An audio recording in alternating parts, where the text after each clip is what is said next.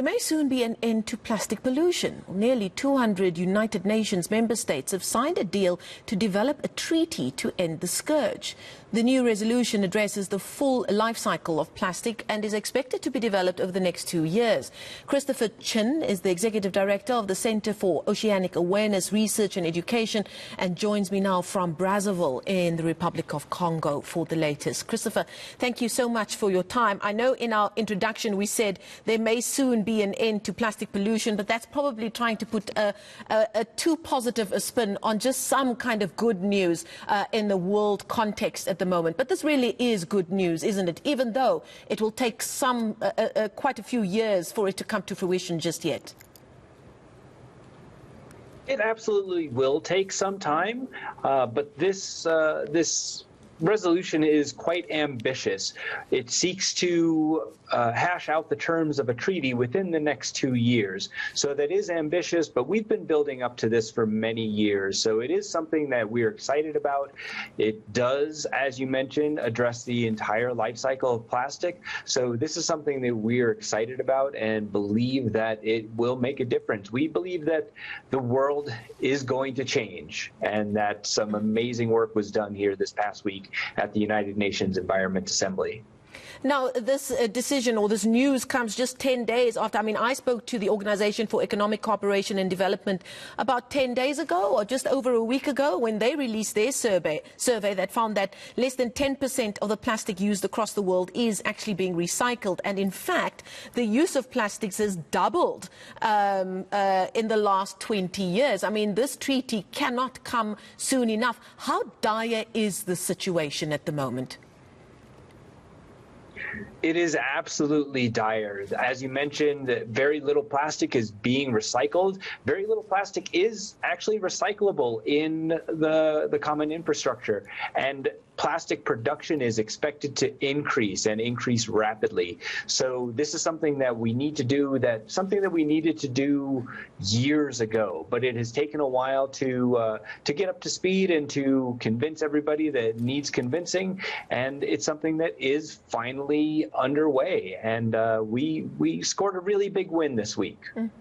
How legally binding do we need this treaty to be? Well, legally binding, the treaty is by nature legally binding, but it will contain aspects that are binding and some aspects that are non-binding. And that is yet to be determined exactly what those pieces will be, what they look like. The whole point of this resolution is to form the Intergovernmental Negotiating Committee, which will hash out all of those details. The big piece is, though, just to agree that this is something that we are going to talk about. So the train has left the station, as they say, and we are well on our way. Without this decision, this would never take place. And they're saying that this treaty has the potential to be as big or as important, if not as important, as the Paris Accord and the Montreal Protocol as well. We really did need everybody to sit around the proverbial round table here, because we're seeing news every day of our ocean life being affected, and sometimes research can show that it's plastics or waste that ends up in the ocean on one side of the world, but it's affecting ocean life on the other side of the world. We really do need to come together internationally to make this work, don't we? Well, plastic pollution is by nature transboundary. It knows no national jurisdiction. It knows no border. So that is why we need a global solution to a global problem. These discussions did start with ocean pollution and marine plastic litter, and that is one of the reasons why CORE got involved, because we are an ocean organization. But as we examine the problem, we realize it is much more about just the plastic in the ocean. It is about where this plastic is coming from and how it is finding its way there, and it's about the overproduction. So when you have your sink is overflowing in the bathroom and you come into the bathroom and you see the water all over, you don't grab a mop. The first thing you do is you turn off the tap. And that's what we're doing here. We're trying to turn off the tap so that then we can grab the mop and figure out what to do next. Just final question before I let you go. In as much as the top people will start working on this treaty probably immediately so that it can come to fruition in the next few years, how important is an education and awareness program going to be to really campaign alongside the release and the signing of this treaty? And yes, we can say, you know, the young people have a far better understanding of things. They are really going to change things. But we need the captains of industry and the politicians in decision-making positions to really understand why this should be top of mind right now, and not just for the generations to come.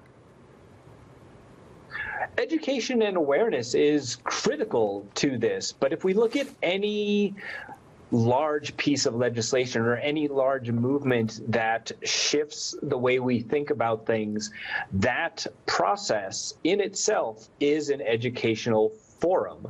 So if you look at things like seatbelts or motorcycle helmets that may have come into play just in the last decade, when that starts, there are people who don't believe in it. There are people who refuse to do it or think that it's going to actually be dangerous for them.